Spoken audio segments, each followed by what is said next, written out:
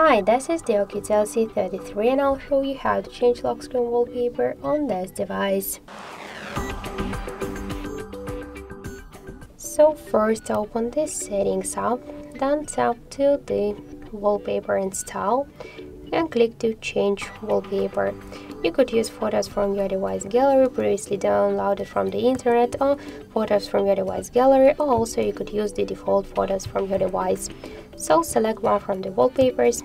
You could see the preview on the lock screen. Tap to the lock screen, tap to OK on the right down corner to lock screen, and we could see the message that the wallpaper is set successfully.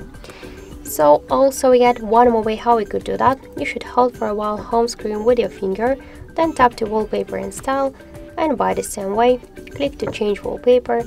Now let's use photo from the internet. Let's select this one. You could change here the position on the wallpaper, select lock screen, OK, lock screen, and that's it. So thank you for watching, and if you like this video, leave thumbs up and subscribe.